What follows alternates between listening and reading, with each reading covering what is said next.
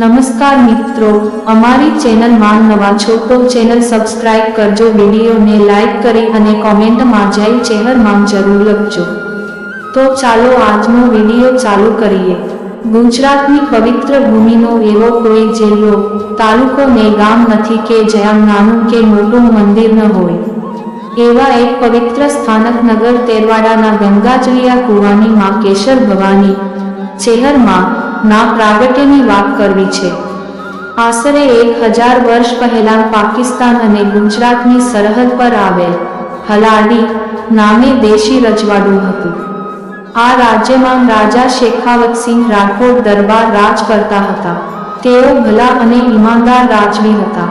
શેખાવતસિંહ રાઠોડના લગ્ન કર્યાને વર્ષો વીતી ગયા હોવા છતાં પણ તેમના ઘેર પારનું બંધાણું નહીં। દરબાર શેખાવતસિંહે શેર માટીની ખોટ પૂરી કરવા પથ્થર એટલા દે કર્યા પણ તેમની આ ખોટ પૂરી થઈ નહીં। સંતાન પ્રાપ્તિની વાંચના કરતા દરબારને એક દિવસ એક સિદ્ધ મહાત્માથી ભેટો થયો। સિદ્ધ મહાત્માને દરબારે અંતરની વાત કરી, મહારાજ બીજું તો મારે ઠીક છે, પણ શેર માટીની ખોટ છે। સંતો તો જગતના દુઃખનો ઉદ્ધાર કરવા જ જગતમાં અવતર્યા છે। મહાત્મા એ દરબાર શેખાવતસિંહને ચામુંડા માતાની પૂનમ ભરવા અને ચામુંડા માતાની આરાધના કરવા કહ્યું। શેખાવતસિંહ નિયમિત રીતે પૂનમ ભરીને દરરોજ ચામુંડા માતાજીની પૂજા આરાધના કરવા લાગ્યા। વર્ષો સુધી દરબારની શ્રદ્ધા ડગી નહીં। શ્રદ્ધાવાન દરબારને સ્વપ્નમાં આવી માતાજીએ સંકેત આપ્યો અને જણાવ્યું, હે રાજન, તમારા રાજ દરબારમાં કેસુડાનું વૃક્ષ છે, ત્યાં મારું ઘોડિયું બંધાવજો, એ જગ્યાએ હું તમને મળીશ। સ્વપ્નમાં થયેલી વાતથી ખુશ થતાં દરબારે ઠકરાણનારને વાત કરી કે આપને ત્યાં માં ચામુંડા સાક્ષાત અવતાર ધારણ કરશે। તેમને માતાજીના આદેશ પ્રમાણે ઘોડિયું રાજ દરબારમાં કેસુડાના વૃક્ષ નીચે બંધાવ્યું હતું। થોડા સમયમાં સપનાની વાત સાચી પડી। શેખાવતસિંહની રાણીને રાનવાસમાં 2 દીકરીઓનો જન્મ થયો। એ જ સમયે કેસુડાના વૃક્ષ નીચેના ઘોડિયામાં પણ એક નાની બાળકી હિંચતી જોવા મળી। શેખાવતસિંહને ત્યાં 3 દીકરીઓનો જન્મ થયો। તે દી હલાડીના સીમાડા ખુશીના વાયરે હરખે ચડ્યા હતા। દરબારના આંગણે આનંદના મોજાં ઉછળતા હતા। મીઠામ વધામણા સાથે મીઠાઈથી મોંઢાં મીઠામ થતાં હતા। એક પવિત્ર દિવસ હતો, મહાસુદ પાંચમ એટલે કે વસંત પંચમી। શેખાવતસિંહને ત્યાં દીકરીઓનો જન્મ થયો। એક ગંગાબા, બીજા સોનબા અને સ્વયંભૂ કેસુડાના વૃક્ષ નીચે મળ્યા તે ચેહુબા। ચેહરબાનું મૂળ નામ ચેહુબા હતું, પછીથી કેસુડા જેવા કેસરી વર્ણના હોવાથી કેસરબા એવું ગુલામનું નામ પણ રાખવામાં આવ્યું હતું। કેસરબા શૈશવકાળથી સંસ્કારી અને બુદ્ધિમાન, દરેકને માન પ્રેમ આપે, સદૈવ હસતા ચહેરે દેખાય, વાણી એવી નમ્ર કે સાંભળતા જ હેત જાગે। ચેહરબા એટલે સંસ્કાર, વ્યવહાર અને નિર્મળ પ્રેમનું ખળખળ વહેતું ઝરણું। કેસરબા એટલે ક્ષમા અને સમર્પિત ભાવનાની કરુણા મૂર્તિ। ચેહુબા જોવાન થયા એટલે સૌંદર્ય અપરંપાર હતું। રૂપનો અંબાર ચેહરબા સાથે ગંગાબા અને સોનબાના લગ્નની ચિંતા કરતા પિતાજીને ચેહુબાએ જણાવ્યું હતું કે પિતાજી, આપ આ સંસારની મોહ માયામાં અમને ન ઉતારશો। દરેક પિતાને પોતાની દીકરીના લગ્ન કરાવવાની અને આંગણું પવિત્ર કરવાની ઈચ્છા હોય જ છે।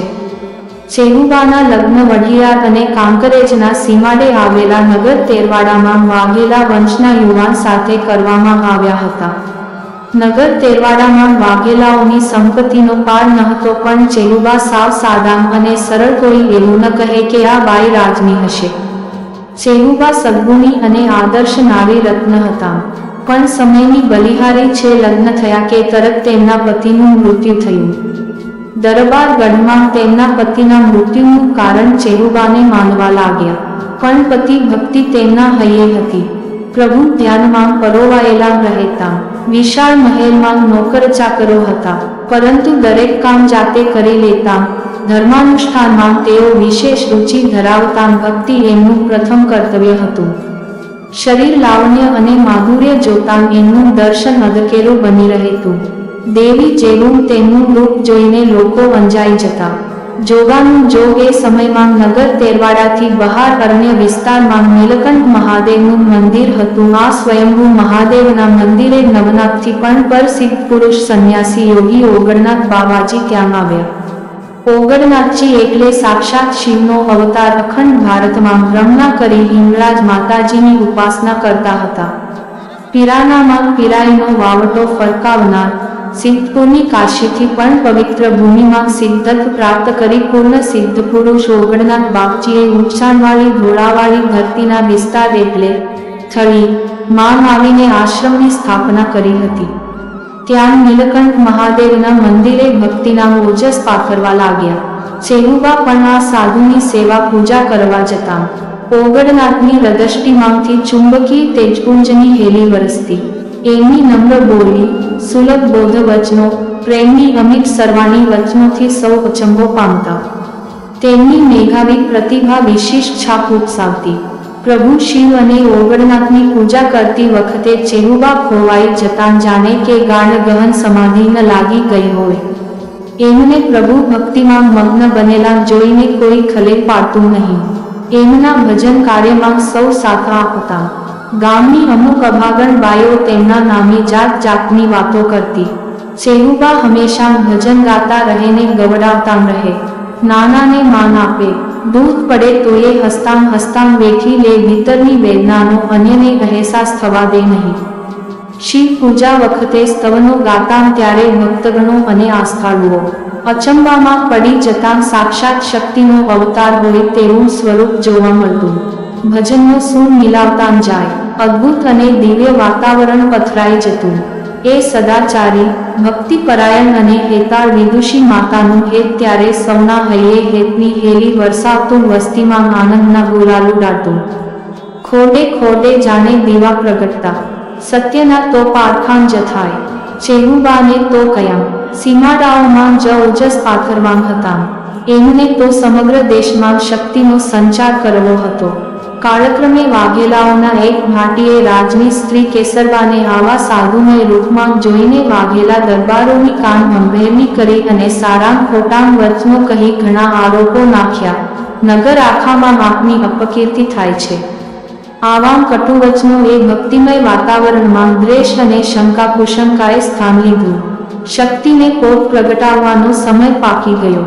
દરબારી માણસોએ ભેગા થઈ ચેલુબાને જણાવ્યું, આપ રાજની આબરૂને લાંછન લગાડતા ત્યાં બાવાના આશ્રમે જવાનું બંધ કરશો. પણ આ તો શક્તિનો અવતાર, સાક્ષાત ચામુંડાનો અવતાર. બીજા દિવસે પોતાના નિત્યક્રમ પ્રમાણે કાંકરેચી ગાયનું દૂધ લઈને શિવને ચડાવવા અને સાધુને પીવડાવવા નીકળી ગયા. આજ્ઞાનું ઉલ્લંઘન જાણી ક્રોધમાં પાછળ પાછળ આવેલા ક્ષત્રિયોએ યુક્તિ રચી કે ગામની વાવમાં ફેંકી દેવા. આશ્રમમાં દરબારના માણસો આવે છે તો એ સમયે ઓગણનાથજી સમાધિમાં લીન હતા. તો માણસો ચેલુબાને બંને બાજુથી બંને હાથે પકડીને આશ્રમની આગળ આવેલ વાવમાં ફેંકી દીધા.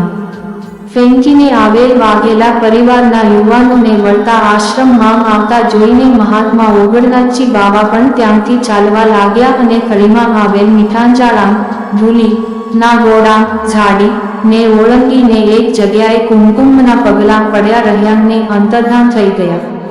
હાલે પણ ત્યાં ઓગણનાથના પગલાં જોવા મળે છે.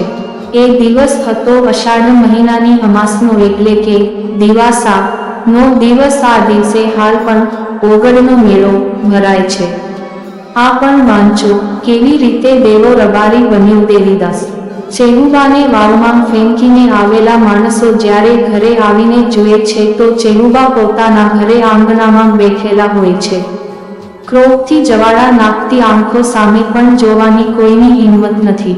ક્રોપાયમાન ચેલુબા ત્યાંથી ઊભા થઈને નીકળ્યા ને વાઘેલા પરિવારને શાપ આપતા ગયા કે તમારા નગરનું ઝઘર થશે, દરબારોનું છે તે તરવાળાનું રાજ થશે.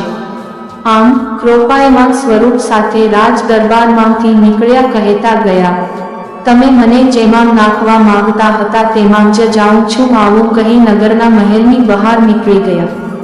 દંતકથા મુજબ નગરની બહારની વાવમાં જ્યારે ગરકાવ થતા એ સમયે કૂવામાં ઉતરતા હતા ત્યારે નગરના રાજા મોતીશા વાઘેલા આવીને કરગરવા લાગ્યા. અમો પામર માનવીઓ આપને ઓળખી શક્યા નહીં. માં, આપ તો દેવી છો, અમારા ઉપર કૃપા રદષ્ટિ કરો. દરબારના દયામના વચનો સાંભળી એમને માફ તો ન કર્યા પણ ઓગણનાથની ઉપાસના કરવાનું કહ્યું. ઓગણનાથ મહાત્માની ઉપાસના કરતા વાઘેલાઓને જ્યાં દીવો દેખાય ત્યાં નગર વસાવજો એવો સંકેત થયો. વાઘેલાઓએ દીવા પરથી દિયોદર વસાવ્યું. જ્યાં હાલ પણ વાઘેલા વંશના રાજપૂત દરબારો વસે છે. માતાજી જે સમયે થોડો સમય થોભ્યા એ સમયે દરબારની નજરમાં રદસ્ય આવ્યું. તે રદસ્યને ચિત્રકાર પાસે ફોટો બનાવડાવ્યો. એ અઢી તસવીર જ છે. વર્ષોના વાણા વહી ગયા પછી હાલે નગર તેરવાડામાં ચેહરબાઈના બહેન ગંગાબાના નામનો ગંગાજળીયો કૂવો, સોમબાના નામનું સોનેરી તળાવ, નીલકંઠ મહાદેવનું મંદિર અને સિદ્ધયોગી ઓગણનાથના પગલાં થળીમાં જોવા મળે છે. હાલે પણ ત્યાં થળીમાં ઓગણનાથની જાગીરનો કિલ્લો જોવા મળે છે. ચેહર માતાજીની કૃપાથી ત્યાંના પૂજારી તરીકે ગામના જ 2 વર્ષની વયે જેને વાલનું દર્દ હતું માતાજીની કૃપાથી દૂર થતાં બ્રહ્મચારી નટુભાઈ પૂજારી તરીકે પૂજા અર્ચના કરે છે. ભુવાજી ગામના ઠાકોર ઉદાભાઈ મફાભાઈ માતાજીની સેવા પૂજાને ભાવિ ભક્તોને આશીર્વાદ આપે છે. પૂજારીના જણાવ્યા મુજબ ગંગાજળિયા કૂવામાં જયાન ચેહરમાં એ જળમાં સંચાર કર્યો હતો. તે ગંગાજળિયા કૂવામાં માં ચેહર સાક્ષાત નાગણીના રૂપે દર્શન આપે છે.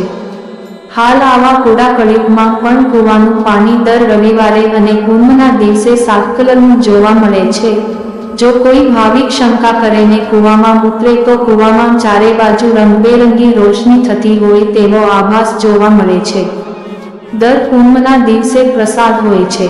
ચૈત્ર માસની 8મના દિવસે માતાજીની જાતર થાય છે.